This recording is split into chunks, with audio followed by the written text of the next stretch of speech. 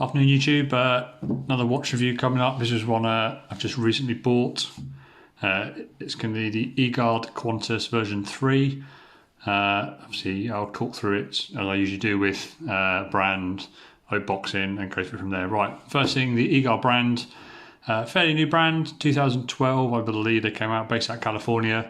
There's quite a lot online, they do quite a lot of self-promotion.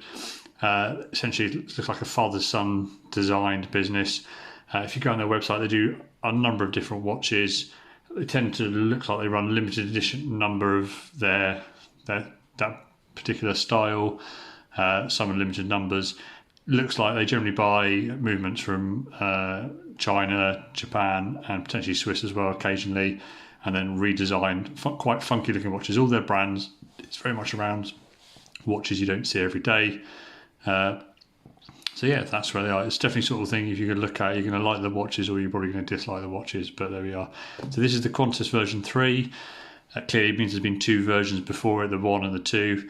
From having a look on the website, it appears mainly aesthetic differences, so each variation has a slightly different design spec. Probably some minor alterations between them behind the scenes, but for the vast majority of it, pretty much the same thing. They run this watch. They apparently run 3,000 models of it. They do a different rose gold version, 3,000 models of that. So they are limited spec. But anyway, that's the brand. Research and look into them, and we go. Right, box arrived, very well packaged. Quite a substantial box, you can see, branded up, quite nice, quite sturdy. Started with very nice. Opening it up, first bit of feedback for them. They give you two straps with it. Just appears to be a bit thrown in, if I'm entirely honest. It could have done with slightly laying the box out slightly better. As you can see, I'm going to get a little instruction manual, which is quite good, and I'll give you some of the specs and stuff from that in a minute. The case there, it's got their symbol on it, a little sort of hiding hole, which doesn't really hold stuff in very well. And then the main watch, which we'll come to shortly. I'll try and make sure we get a better slightly reflection from it. Covering off the main dial, spec-wise, I'll pause it on the specs if you want to pause the video. See if I can get that slightly zoomed in slightly better.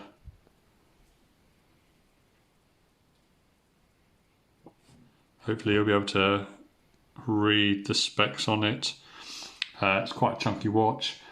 Talk through the various bits on it. Gives you a bit of a story about this brand and the model. It's all about this Mayan sort of Tzolk'in calendar and why it was used from there. Talks to you about the components, where it's come from, where it's made from, etc, etc.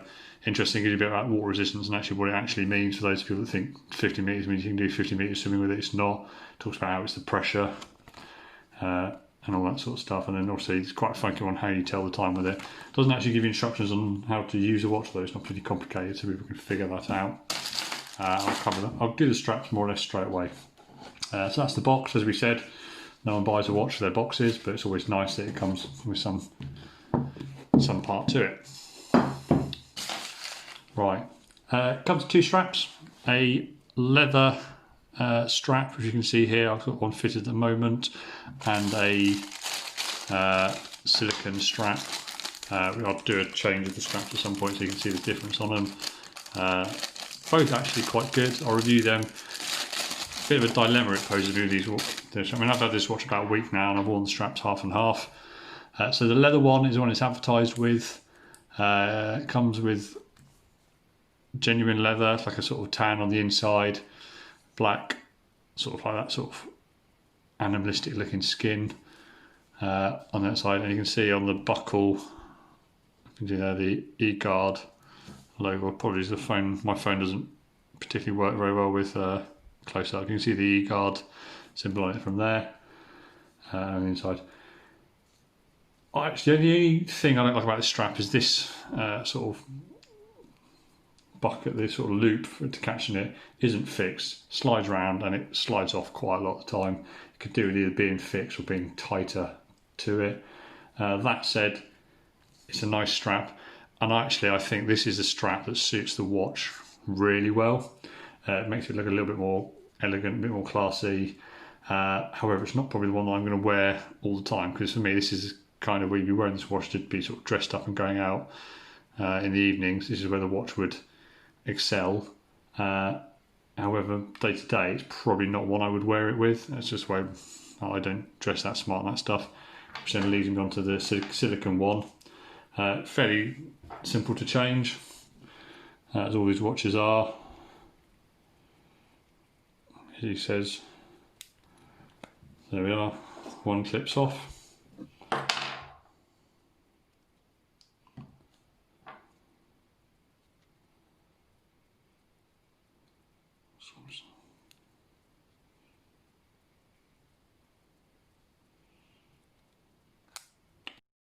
So here it is now with the silicone rubber strap fitted to it. Plain black. We can tell, if you can quite see the mark, you can see the brand marks, like two sort of sabres across there and on the inside. And then on the inside you can see there's sort of slight textured pattern, again with all their brand on it. So actually I really like the silicone strap as well. Again, a bit annoying, these two aren't fixed and slide around. So again, they come a little bit loose. And the buckle is quite a substantial buckle. Again, it's got the Egard brand logo on it. When this goes on the wrist, you can see this one is massively substantial compared to the other one. But actually, I like them both. The leather, in my opinion, is the one that suits the watch the best. However, I'll probably be wearing it with this one most, and I like the fact it's got quite a large buckle. Really adds to the watch. Now, so yeah, choose a two one. Right, going to the watch itself, it is a chunky watch. According to the spec, 42mm wide. It's got this teardrop shape, and it is chunky. You know, it's a good size of someone's finger, so it does stick out. That says it's well designed with the lugs, so it sits to your wrist quite nice, and it is a curved shape. There's a slight curve to the case, so again, it does sit really nicely on the watch. That's some of the main design features on it. Is the curved sapphire sort of crystal case is one of the big selling points of it. It's apparently quite hard to design a watch to have that. I'll cover the back in a second. And yeah, the rest of the go around the brand, as I said, it's got sort of like a teardrop type shape to it. It's very easy to work out what the right way forward is. The dial, again, it's got you can just about see, you probably can't with this quality of the camera, I do apologise. Again, the crown has got the symbol of the two sabres on it. It's very simple to use. This is a mechanical watch, so you just wind it to give it power, pull it out, and you can adjust the time. It doesn't do much more than that. It's literally very much a design watch. Trying to break down the face best I can without getting the light onto it. So you can see, my watch isn't really zooming in very well on it, I do apologise for this. Right, it's got a carbon fibre back. You can just about see that below the Egard symbol there on the right. Gives it kind of like a 3D dimensional thing. It's got the clock face on it, I'll talk to you how that works. The two escapement dials, Egard, and at the bottom it says limited edition. Probably can't quite make the writing out, so I do apologise. I should do this on my phone, I don't have any better equipment. And that's the watch. For me, it's a design thing. So people look at this and either love it, or you look at it and you think it's horrible, I'd never buy it, and you kind of go from there with it. On the reverse is an engraved. This is actually all engraved. You can scratch it and feel it. Again, these are all sort of Aztec, Mayan type symbols, all to do with the sort of different calendars. On top of it, it has limited edition, and then the number it is from there. And obviously, it's got the case with it screwed back in, so you can have to take the top bit off, and it basically seems like two pressed parts. That is the watch and how it functions. The movement inside, they're very honest. They tell you in the instruction manual exactly where the movement comes from. Chinese company, I can't pronounce it, Yinga Industries. You can read them online. They supply a number of different watches with their movements. They've taken this movement, put it in here. One of the things here is, obviously it's got this, one of the main features with it is that dual escapement. I'm trying to get it best so you can kind of see it best. The movement, so you've got the two escapement wheels. I believe only the right wheel is actually connected and does anything. When you power off for the first time, the first wheel to get moving is that right wheel. I get the impression both wheels aren't actually driving the mechanics of the watch. So you've got one doing what it needs to do, being that escapement. The other one is just attached and is there to look pretty. There are some online forums that people have taken these watches, or maybe not this exact watch, but watches that uses dual heart movement from the same company apart. The Yingyi movement from China, and it looks like from what they've done is that second dial on the left isn't actually connected, so it's there purely as aesthetic. And obviously the key part then is moving on to the watch. It's actually a lot easier to tell the time. What I'll probably do is refer to this because you'll be able to see it better than you think. Essentially the top, there's two dials, hour and minutes, move around clockwise. So looking at this one here, it's 1 o'clock, it's not 2 yet, and you've just gone past that dial there. So this would be about 13:48, give or take, around that sort of time. So coming up for 2 o'clock. As a quick glance, I've been using it. It's fairly easy to tell the time in a quick setup. So if you flick at your wrist, something like that, I'll be saying, oh, it's 1:45-ish. I tend to work off how close it is to the main indices.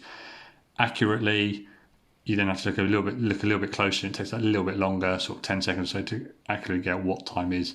How accurate that time actually then is, compared to what you've set it to and all that stuff, is hard to work out. This isn't a watch that you're going to be using for precise time. It's a watch you buy for the design and the fact that it gives you a rough time afterwards from it. You probably can't see the moving, but it gives you the idea of the two escapement dials. I think that's a power reserve, because I think there's a bit there that as you wind it, it comes in from there. It kind of goes from there with it. As I said, for me, it's a very elegantly pleasing watch. I saw it, I wanted it, and I'm glad I bought it. It's the movement itself. It says it goes 36 hours power reserve. It says it's mechanical, so it's not an automatic. It doesn't have that swinging bit, I forgot what it's called now, got off my head, that will recharge to keep the battery going. You have to manually wind it every, I would say just after, I think 36 hours is a bit optimistic. It's probably under that. I would say you're looking somewhere between 24 and that 36 mark, just to make sure it's manually wound and goes from there. Very easy to adjust. And that's kind of it really. So I suppose I'll put it on now, but you can see what it looks like on a wrist or two. I said this is going to be with the silicone strap on. You can see how it fits. Bear in mind I'm a 6'4" bloke, so fairly big, shall I say. So there it sits on my wrist. As you can see there, it does take up quite a substantial portion of the wrist. It does sit really nicely on it. With those lugs, the way it's designed, it literally hugs my wrist really quite tight, and it's comfy. I've had no issues with it right around. I've had no issues with that crown digging into my wrist. It doesn't slide up and catch a bone or anything like that. I think it sits really nicely. So the strap there, I like the silicone. I like a big buckle. Again, nice presence to it. The black silicone sits really well. The only issue is, I suppose, as a casual watch, it's probably a little bit OTT. If I'm just hacking around the house, or going out to the pub, something like that, jeans and t-shirt or shorts kind of guy, this watch is a little bit over the top for something like that. That's why I think, although I really like the silicone strapping, this is the one that I'll probably keep it on. It's probably not the one that suits the watch best. The leather strap suits much better, and I'll show you that in a second, as a much better strap to go with the watch. It is a conversation starter. Already within the week I've had a couple of people message me saying that you had a really strange looking watch on last night. What was that? Send them details, and they're interested by it. I've had people look at it, and conversation starters. People like it. It's Marmite. People love it or hate it. Some people look at that and go, that's really impressive. It's really unique. People, especially if they're not particularly overly into watches, they'll see that and think that's something they've never seen before. Some people rightly pick up and think it's a bit of an odd way of looking at time, and it's a bit gimmicky, the circle dials. Yes, it is, but then you're buying a watch to make people look twice at it. So if you just want to tell time, you just buy a normal watch. So that's my stance on it. It cost about $310 US, so 250 UK quid. Yeah, I'm happy with it. I think it's a good buy. There are, things I would probably change about it slightly. I said the box would just been a bit nicer if it just stored the stuff in instead of just throwing in the extra strap. The leather strap I think could have had slightly better on that support bit around the buckle with it, sort of the leather bit where the buckle slips into. And yeah, there we go. Right, I'll just do another video, do another quick bit with the leather straps so you get an impression of that, and I'll come back to you shortly. So here we are with the leather strap on. Give you what that.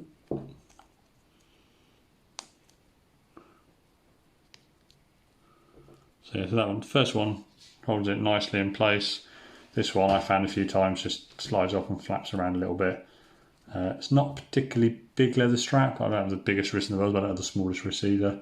You can see I'm halfway up.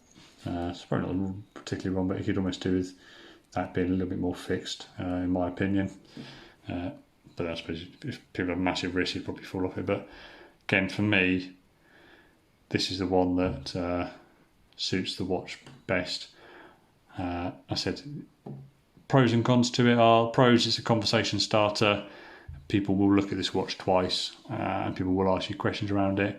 I think it's a good look. I like the teardrop shape. I like that slightly curved glass, and I like the way it fits to the skin. I like seeing the two escapement movements. It does make it look really interesting. The dial, although interesting, is a bit of a gimmick, I suppose. It doesn't really tell time particularly great, but again, it's part of the whole process of it's a conversation starter. It is very chunky. It's not something that if you're going to wear like a suit or anything like that, it's going to your suit's not going to ride over it very easy. It's going to stick out like a sore thumb. So this is something for me. This is almost like, I said, getting slightly more smart than cash, but going out, showing off. I wouldn't wear it to a wedding. You wouldn't want to overshadow something, but it's definitely something you'd wear from there. Reliability wise, it seems fine to me. I've had no issues with it starting up. I've let it rest, restart it up fine.